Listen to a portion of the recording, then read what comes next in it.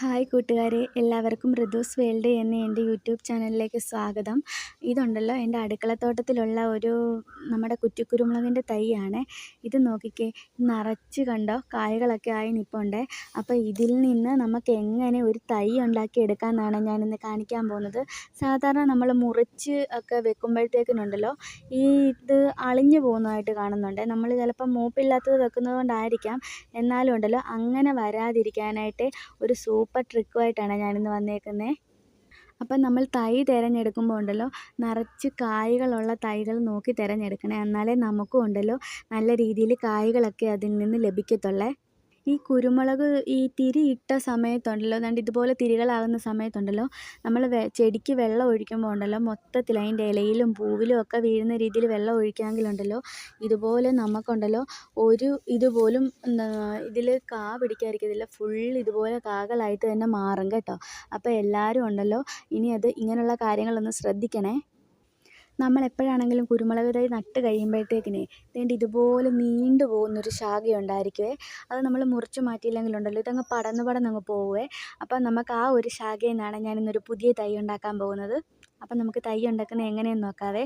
നമ്മൾ ഈർക്കിലി ഉപയോഗിച്ചിട്ടാണ് തൈകൾ ഉണ്ടാക്കാൻ പോകുന്നത്. സാധാരണ നമ്മൾ മുറിച്ച് നടുവല്ലേ ചെയ്തിട്ടുള്ളത്. അപ്പോൾ അങ്ങനെ മുറിച്ച് നടുമ്പോഴത്തേക്കിനുള്ളൂ ചിലപ്പോൾ അളിഞ്ഞൊക്കെ പോകും, നമുക്ക് തൈയായിട്ട് കിട്ടത്തൊന്നുമില്ല.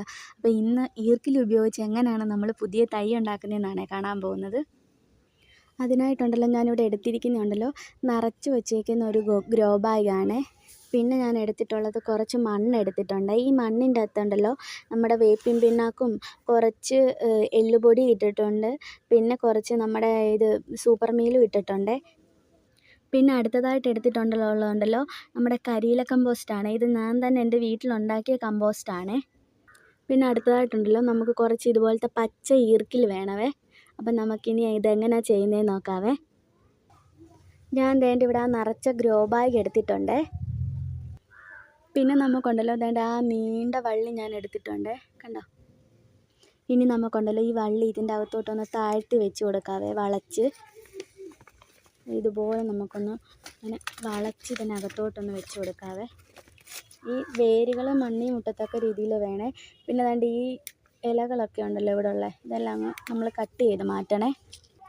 ഇതുപോലെ ഞാനിങ്ങനെ വളച്ചെടുത്തിട്ടുണ്ട്. ഇനി നമുക്ക് ഈർക്കിലെടുക്കാവേ. നമുക്ക് ഇതുപോലെ ഈർക്കിലികൾ എടുത്തിട്ടുണ്ട്. ഇനി നമുക്കിത് വളച്ച് നമുക്ക് ഈ കമ്പയിലോട്ട് ഇങ്ങനെ കുത്തി കൊടുക്കാവേ. ഇത് പൊങ്ങി പോകാതിരിക്കാനാണേ. ഇതുപോലെ ഞാനുണ്ടല്ലോ ആ ഈർക്കിലുകളെല്ലാം ഇതുപോലെ വളച്ച് കുത്തി കൊടുത്തിട്ടുണ്ട്. ഇനി നമുക്കിതിൻ്റെ പുറത്തോട്ട് കുറച്ച് കരിയില കമ്പോസ്റ്റ് ഇട്ട് കൊടുക്കാവേ. വേരുകൾ പെട്ടെന്ന് ഓടുന്നതിന് വേണ്ടിയാണ് നമ്മൾ അങ്ങനെ ഇട്ട് കൊടുക്കുന്നത്. ഇതാകട്ടോ നമ്മുടെ കരിയില കമ്പോസ്റ്റ്. നോക്കിക്ക്, നല്ല പൊടിയായിട്ട് പൊടിഞ്ഞ കമ്പോസ്റ്റ് ആകട്ടോ. നമുക്കിതിൻ്റെ പുറത്തോട്ട് ഇട്ട് കൊടുക്കാവേ. കമ്പോസ്റ്റ് ഞാൻ ഇട്ട് കൊടുത്തേ. ഇനി നമുക്കിതിൻ്റെ പുറത്തോട്ട് മണ്ണ് ഇട്ട് കൊടുക്കാവേ.